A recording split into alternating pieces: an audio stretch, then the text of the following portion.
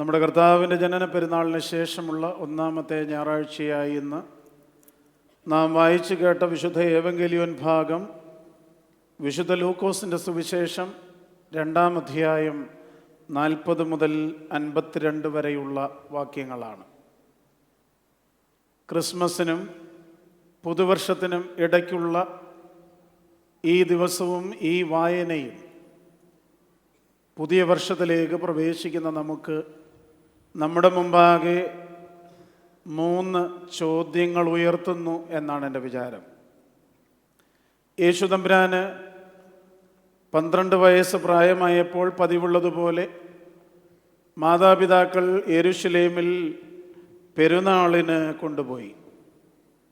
പെരുന്നാൾ ആഘോഷം കഴിഞ്ഞ് മാതാപിതാക്കൾ ചാർച്ചക്കാരുമൊത്ത് മടക്കയാത്ര ചെയ്യുമ്പോഴും യേശു യെരുശലേമിൽ തന്നെ തങ്ങി. എന്നാൽ മാതാപിതാക്കൾ അത് അറിഞ്ഞില്ല. ഒരു ദിവസത്തെ വഴി പിന്നിട്ടപ്പോൾ ശിശു തങ്ങളുടെ കൂടെയില്ല എന്ന് മനസ്സിലാക്കി മാതാപിതാക്കൾ തിരികെ യെരുശലേമിലേക്ക് പോയി 3 ദിവസത്തിന് ശേഷം അവനെ കണ്ടെത്തുകയാണ്. ഞാൻ പറഞ്ഞു, 3 ചോദ്യങ്ങൾ ഈ വേദഭാഗത്തെ ആസ്പദമാക്കി നാം നമ്മോട് ചോദിക്കണം. അതിലൊന്നാമത്തെ ചോദ്യം, യേശു നമ്മോട് കൂടെയുണ്ടോ എന്നാണ്. ഈ മാതാപിതാക്കൾ പോയത് ദേവാലയത്തിലേക്കാണ്, പെരുന്നാൾ ആഘോഷിക്കുവാനായിട്ടാണ് പോയത്. പക്ഷെ മടക്കയാത്രയിൽ കൂടെ യേശു ഉണ്ടായിരുന്നില്ല. നമ്മുടെ ആത്മീക ജീവിതത്തെ, നമ്മുടെ സഭാ ജീവിതത്തെ സാരമായി പരിശോധിക്കേണ്ട ഒരു ചോദ്യമാണിത്. നാം തീർത്ഥാടകരാകാറുണ്ട്, ആരാധനകളിൽ സംബന്ധിക്കാറുണ്ട്, ആചാര അനുഷ്ഠാനങ്ങൾ നടത്താറുണ്ട്. എന്നാൽ നമ്മോട് കൂടെ യേശുവുണ്ടോ? എനിക്ക് തോന്നുന്നു ഈ ചോദ്യം മറ്റൊരു വിധത്തിൽ ചോദിക്കണം. കാരണം ദൈവം എല്ലായ്പ്പോഴും എല്ലായിടത്തുമുണ്ട്. അതുകൊണ്ട് ചോദ്യം നാം ദൈവത്തോടു കൂടെയുണ്ടോ എന്നുള്ളതാണ്. ഞാൻ യുവജനങ്ങളോട് ചോദിക്കാറുണ്ട്, എത്ര പേർക്ക് ദൈവം എപ്പോഴും കൂടെ ഉണ്ടാകണമെന്ന് ആഗ്രഹമുണ്ട് എന്ന്. എല്ലാവരും കൈ ഉയർത്താറുണ്ട്. പക്ഷേ അതിൻ്റെ ഉത്തരവാദിത്വത്തെക്കുറിച്ച് പലപ്പോഴും നാം വിസ്മരിക്കും. ദൈവം എപ്പോഴും നമ്മോട് കൂടെയുണ്ടെങ്കിൽ ഇന്ന് പോകുന്ന പല സ്ഥലങ്ങളിൽ പോകാൻ സാധിക്കുമോ? ഇന്ന് കാണുന്ന പലതും ഇനി കാണാൻ സാധിക്കുമോ? ഇന്ന് കഴിക്കുന്ന, ഇന്ന് കുടിക്കുന്ന പലതും ഇന്ന് കഴിക്കുവാനും കുടിക്കുവാനും ഒക്കുമോ? അതുകൊണ്ട് നാം ഇങ്ങനെ ആചാരാനുഷ്ഠാനങ്ങളൊക്കെ നടത്തി ക്രിസ്ത്യാനിയാണെന്ന് പറഞ്ഞ് അവകാശവാദങ്ങൾ ഉന്നയിച്ച് നടക്കുന്നതിന് അങ്ങേപ്പുറത്തേക്ക് ഒരു ദൈവം കൂടെയുള്ള ജീവിതത്തിൻ്റെ ലക്ഷണങ്ങൾ പലതും നഷ്ടമായി കഴിഞ്ഞിരിക്കുന്നു. ദൈവം കൂടെയുണ്ടോ എന്നുള്ള ചോദ്യം ഈ വർഷത്തിൻ്റെ അവസാന ഭാഗം നാം ചോദിക്കുന്നത് അടുത്ത വർഷം ദൈവം കൂടെയുണ്ടെന്ന് ഉറപ്പുവരുത്തി ഒരു നടപ്പ് നടക്കുവാനായിട്ടാണ്. അതാണ് ഒന്നാമത്തെ ചോദ്യം. രണ്ടാമത്തെ ചോദ്യം നമ്മുടെ കുടുംബജീവിതവുമായിട്ടൊക്കെ ബന്ധപ്പെടുത്തിയാണ്. അപ്പനും അമ്മയും ഒരു മകനുമായി യെരുശലേമിൽ പോയിട്ട് മടങ്ങി വന്നപ്പോൾ മകൻ കൂടെയില്ല. അതുകൊണ്ട് ഈ കാലഘട്ടത്തിലെ രണ്ടാമത്തെ ചോദ്യം അപ്പനും അമ്മയും ഒക്കെ ചോദിക്കേണ്ട ചോദ്യമാണ്, മക്കൾ കൂടെയുണ്ടോ എന്ന്. മക്കൾ കൂടെയുണ്ടോ? അത് അവരുടെ ഫിസിക്കൽ സാന്നിധ്യം മാത്രമല്ല, പിന്നെയോ അവർ നമ്മോടൊപ്പം നമ്മുടെ ജീവിതത്തിൻ്റെ യാതനയിലും സന്തോഷങ്ങളിലുമൊക്കെ ചേർന്ന് നിൽക്കുന്നുണ്ടോ എന്നൊരു ചോദ്യമാണ് രണ്ടാമത്തേത്. ഈ ചോദ്യം ചോദിക്കുമ്പോൾ വല്ലാതെ ചില മാതാപിതാക്കളെ ദുഃഖിപ്പിക്കും. അവരുടെ ജീവിതത്തിൻ്റെ തീയിൽ കൂടി കടന്നുപോയി മക്കളെയൊക്കെ വളർത്തിയ മാതാപിതാക്കൾ തീർച്ചയായും അവരുടെ ഒരു പ്രതീക്ഷയുണ്ട്, മകനും മകളുമൊക്കെ കൂടെയുണ്ടാകും എന്ന്.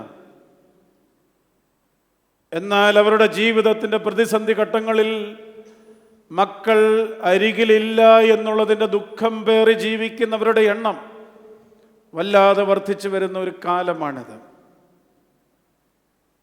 എന്തുമാത്രം ഓൾഡ് ഏജ് ഹോമുകൾ, എന്തും വേണ്ടി റിട്ടയർമെൻറ്റ് ഹോമുകളാണ് നാട്ടിൽ മുളപൊന്തുന്നത്.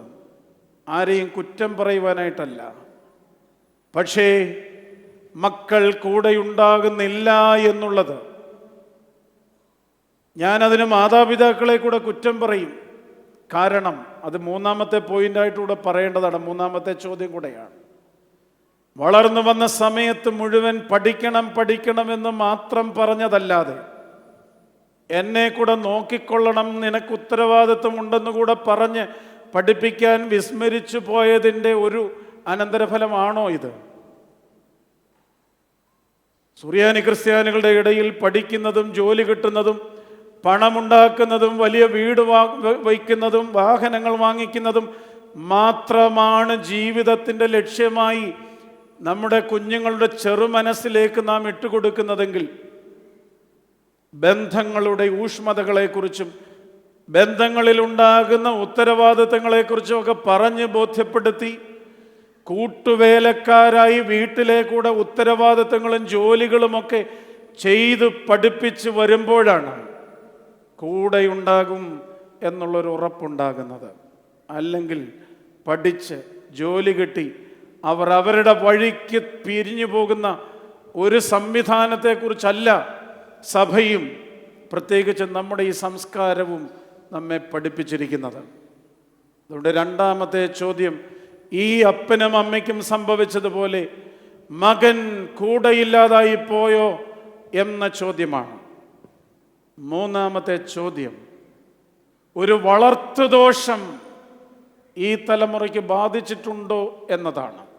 ഇവിടെ നാം ഈ വേദഭാഗത്തിൻ്റെ ആദ്യ വാക്യവും അവസാന വാക്യവും വായിക്കുന്നത് ഇങ്ങനെയാണ്: പൈതൽ വളർന്ന് ആത്മാവിൽ ബലപ്പെടുകയും ജ്ഞാനം കൊണ്ട് നിറയുകയും ചെയ്തു. അവസാന വാക്യം, യേശുവോ പ്രായത്തിലും ജ്ഞാനത്തിലും ദൈവത്തിൻ്റെയും മനുഷ്യരുടെയും കൃപയിലും വളർന്നു വന്നു. ഒരു കുഞ്ഞു വളരുന്നതിൻ്റെ ലക്ഷണങ്ങളെക്കുറിച്ചാണ് അവിടെ പറയുന്നത്. നമുക്കറിയാവുന്നതുപോലെ ശരീരവും മനസ്സും ആത്മാവും നമുക്കുണ്ട്. ഈ വളർച്ചയുടെ ആനുപാതികത്വം, പ്രപ്പോർഷനേറ്റ് വളർച്ച നഷ്ടപ്പെട്ടോ എന്ന ആശങ്കയിലാണ് എന്നെ പോലെയുള്ളവർ.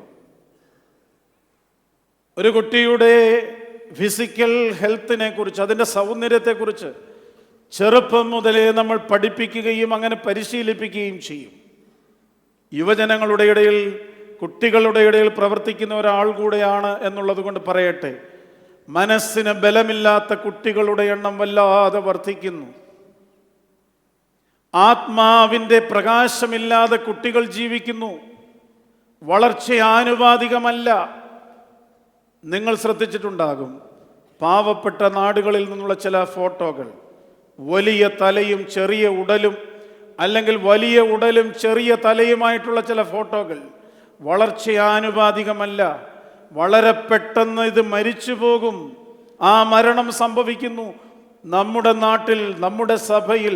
കാരണം ഒരു വളർത്തുദോഷം ബാധിച്ചിരിക്കുന്നു.